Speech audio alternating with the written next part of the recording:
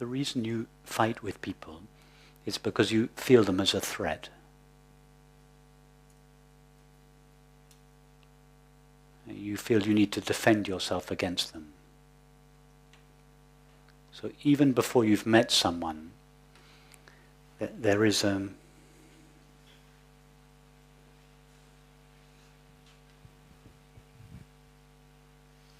deep feeling, even before it is rationalized in the mind, that this person that you're about to engage with is a threat to you. And therefore, you go to the meeting, to the conversation, feeling that you have to protect yourself. And everything that takes place in the conversation, not everything, but much of what takes place in the conversation is simply a reflection of that feeling that you have, that you need to protect yourself, you need to defend yourself against the other, against the threat of the other. Surprise, surprise, the other does feel threatening. Not because they really are threatening, it's because you have brought an attitude of defense to the relationship. And the other is simply appearing in conformity with your underlying feeling.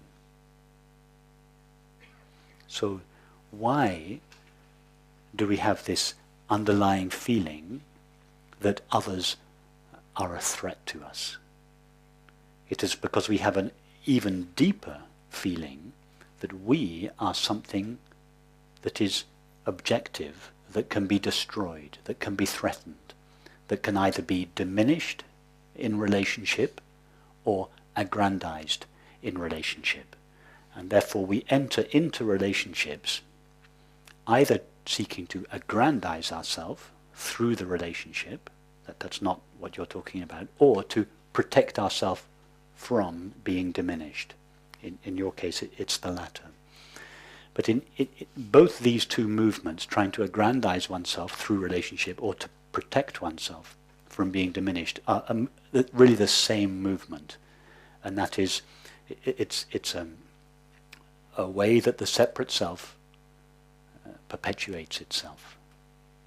So at the heart of this feeling that you need to protect yourself against the hostile other is the belief that what you are is something small and limited and fragile, and that can be so easily hurt or upset or abused or mistreated, or you're none of those things.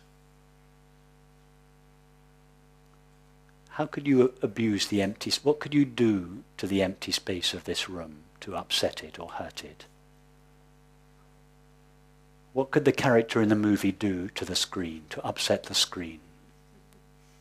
I mean, does the screen mind if the couple split up? Or who wins the match?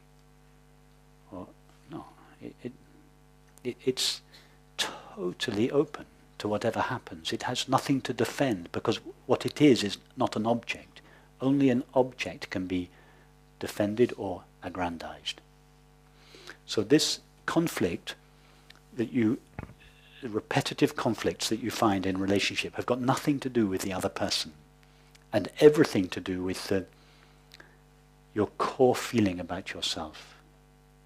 And the place to attend to this situation in your life is not with the other people, as you well know from your mother, and it doesn't work. The place to attend to it is in yourself. And the most direct and effective way of dealing with it is to going straight to what you essentially are and discover that. Don't spend time improving what you are not. Your body, your mind, all these, that will follow suit. Your relationships will clear up as a byproduct of this understanding. Discover what you are. And when I say discover, I don't mean think about it and talk about it. I mean really go in your experience until it dawns on you, yes, I am obviously this openness, this wide openness in which all experience takes place. And it's not an inert openness, it's a knowing openness in which my thoughts arise, in which the image of my mother arises, in which the sound of my next door neighbor arises. I am just this totally allowing openness that has no opinion about anything, that has no likes or dislikes, that no preferences, no agenda, nothing to gain from a relationship, nothing to lose from a relationship. Find that. So it's the problem is the likes and the dislikes. The problem is? The likes and the dislikes. Whose likes and dislikes? Who are you talking about? Me. No, you, this openness. Yeah. Does the space in this room, as each of us comes through the door, does the space, oh, I don't like her earrings, and no, I don't like his shirt, and no, oh yes, she's nice, she can come in, but no, I don't like the look of it. Is the space doing that? No. You are this openness, this aware, empty openness, in which all your thoughts, all your likes and your dislikes and everything else take place. Your likes and dislikes are for thought, not for you. They are for thought. It's thought that does the liking and the disliking. It's not you. Leave your thoughts alone. Don't pay attention to your thoughts. Give yourself your attention. See if you find any likes and dislikes there, or whether yourself is just wide open to experience as it is, unconditionally open. That's the thing to find in yourself. It's not a thing, obviously, and you don't find it in yourself. It is yourself. It's to know yourself as that.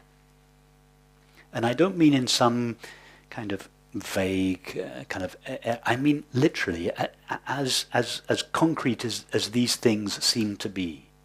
It's that concrete. Yes, I am that which knows my experience, which knows my thoughts, but is not itself a thought, that knows my feelings, but is not itself a feeling, that knows my sensations and perceptions, but is not itself a sensation or perception. In other words, I am just knowing, pure sensitivity, pure openness.